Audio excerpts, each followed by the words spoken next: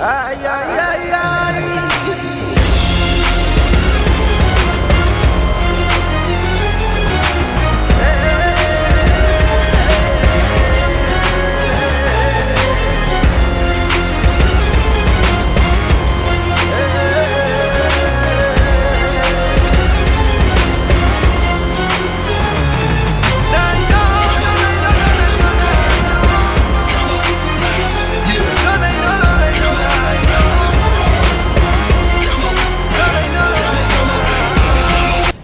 Hello everybody, welcome to my Magicka Necromancer PvP build.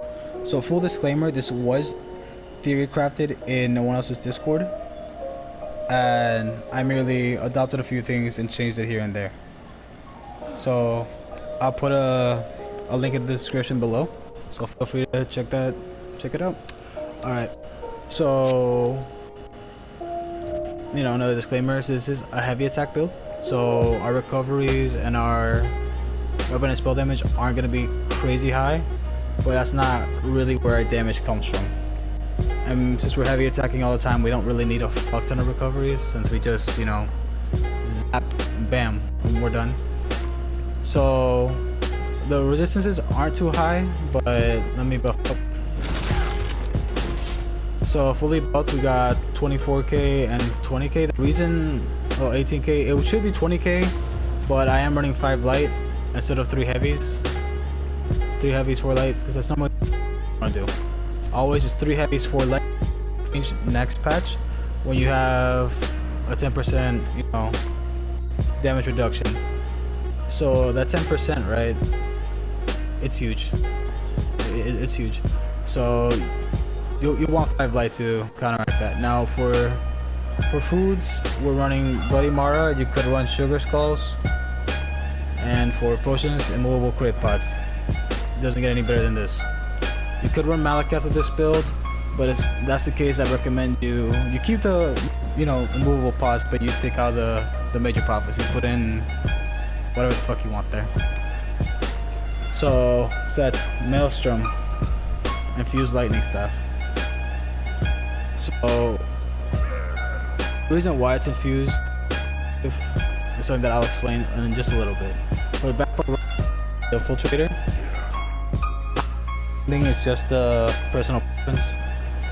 So we got 2 pieces of max stam. This is the reason why I run this set over the other sets that buff your light and heavy attacks. It's just for those 2 max stam, which allows me to run foods like Bloody Mara. Because honestly, 12k stam doesn't seem that appealing. So that's the whole this set. So for the monster set, we are running Zols. This is the no you. This is the fuck you. It's my turn. This is what that set is. So basically, when you get stunned and you break free, you stun everybody around you within 8 meters, which is huge. So say that you got a Zerg on you and you need a breather.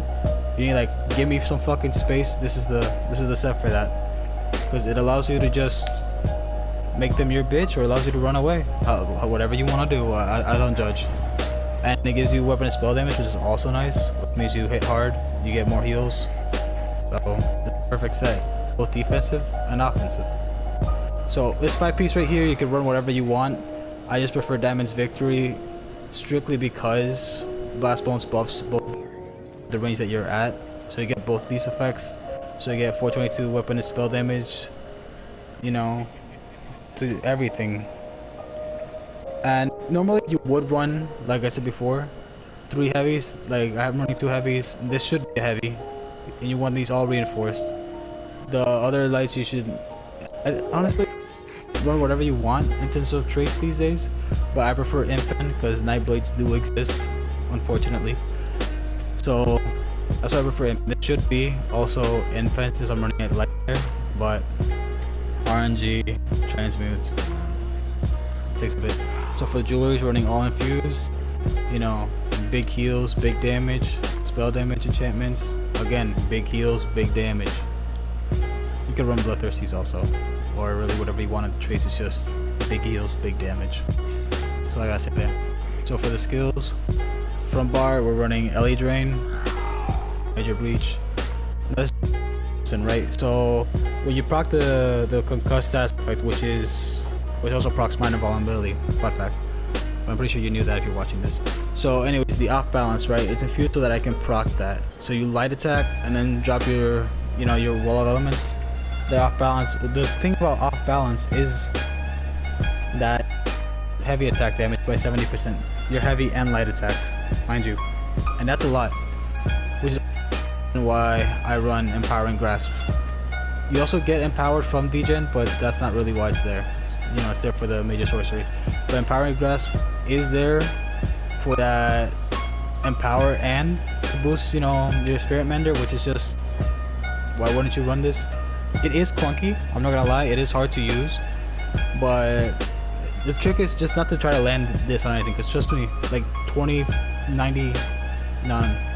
of the time you're gonna hit something with it. 20% of the time, you will. But it's more of just a little buff. That's why it's there. It's just a buff. It's not much else.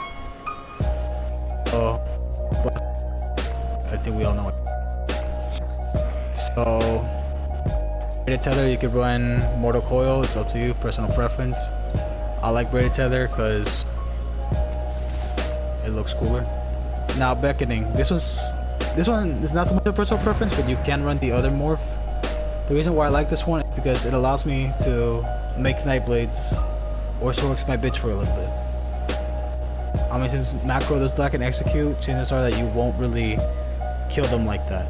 You're not gonna just, zap and dead. No, it doesn't work like that. They will die, but it takes a little bit of effort since we don't have an execute. Which is why this build, I see some people running this build with Bloodthirsty. It's just for that extra execute potential. So, it's against time, it grants you some form of CC immunity. You get 10% extra crit damage, major force, and you get movement speed. Resistant flesh. It's funny. You see that tooltip, and you think, oh, it's CP, you gotta cut it in half. No way. Since Magicka Necromancer has all above stuff, when it comes to their heals, you will see that tooltip sometimes. I guarantee you will see that tooltip. Now, over here, Intensive Mender over Spirit Guardian, it doesn't matter really. That one's completely up to you. Spirit Guardian, Intensive Mender, they're both equally great. So back bar, we are running Ravenous Goliath. This is the ult you're going to be using most of the time. It's just a no-you, another no-you. And I forgot to mention, this is also, it is a flex spot. You can run one here, just prefer the extra crit. And this is great against groups of enemies. So, it's just great. Now see if I'm missing anything. Champion points. Right, this is the most important one, not plan.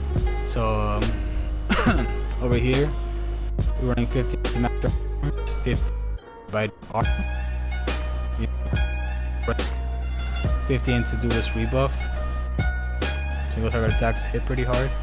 So the really. Weapons expert. So with this, increases your heavy attacks by 10%, plus empowered, plus balance. You have over 100% extra damage on your light and heavy attacks, which is nutty. It's fucking crazy. So I don't know if you guys do eat. I will be linking my build in there. Description. The build is over 30k, which is crazy because the last time you saw a 30k tooltip was during the proc meta with Icy Conjurer. That was the last time you saw it. So, oh, would you look at that? Anyways, so War Mage and Flawless Ritual, you will want to max these out. I'm just not, I'm not CP enough for them. The sad days. This is there for the crit, max mag, starving death. This is another thing that you want to max out is this, but I'm not too familiar with this tree, but for the most part, anything that doesn't require you to, to slot them all the way up here, I recommend you get them. So now to the red tree. you know, we start down here, sprint, yeah. Again, sprint speed, nice. Again, you'll want to level this up all the way. I just don't have the CP for it. But this is where, where is it? This is the most important one. I just, again, don't have the CP for it. But these two are the big ones. Because basically this whole build, you are going to be CC'd. And that's more due because you are channeling the heavy attack. So you are a lot more prone to CC than usual. But, you know, regardless, these two are the big ones. This is for Zols, and this is for in case you're like, oh shit, I got CC'd. It helps. And then you got Balance Vitality, Ironclad, and Rejuvenation. And you know, that is pretty much the build. However, I will show this in Cyrodiil and Imperial City, which is why I'm here now, so I can grab some clips of that. However, I'll leave you with a BG video. Now, I don't claim to be the best. However, this is just an average battlegrounds that I usually go through. It's just literally the average. So I'm not gonna show you, oh shit, oh my god, look at that guy. He got fucking 30 kills. And nah, because I'm not that kind of guy. Because not every game is gonna be like that. And I'm a realistic kind of guy, right? I want to show you guys how it would look like the majority of the time. So, thanks for watching, and I hope you enjoyed the video. Peace.